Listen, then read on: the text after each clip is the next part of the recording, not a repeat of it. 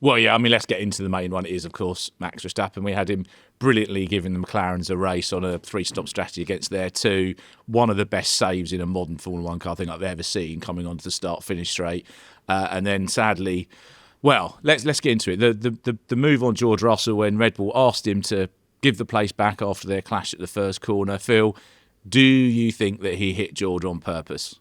I mean, it's kind of hard to argue it wasn't. If you just look at the onboard, look at the telemetry, it's pretty clear he slowed down to let George pass and then accelerated again as he came alongside him. So, yeah, it certainly looks that way. And the fact that he has subsequently apologised for it, we should say he's apologised for it on social media. Hasn't he? Immediately after the race, he was in the usual Red Bull Max Verstappen mode of see no evil, hear no evil, all that sort of stuff. But actually, to be fair to him, he has come out and apologised subsequently. So I think we can probably take it that it was deliberate. So Haydn, in that case, do we think the 10-second penalty that dropped him to 10th place was enough, or should he have had something a bit more serious?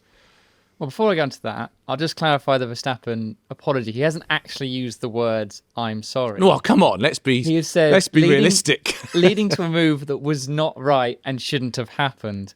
Now, yes, that's a show of guilt, you could say, but he's not exactly said, "Sorry for crashing into you, George Russell." But I don't think we're ever going to hear those words from knowing Max, this is the best you're going to get. Hayden. Yeah, so we'll take it as read, but he's not apologise, and this is probably the most of a backward step Max Verstappen could ever do in his life. And so going on to the matter of the penalty, it's an interesting one. At the time, there was lots of split of opinions. I sort of felt it was right at the time looking at it.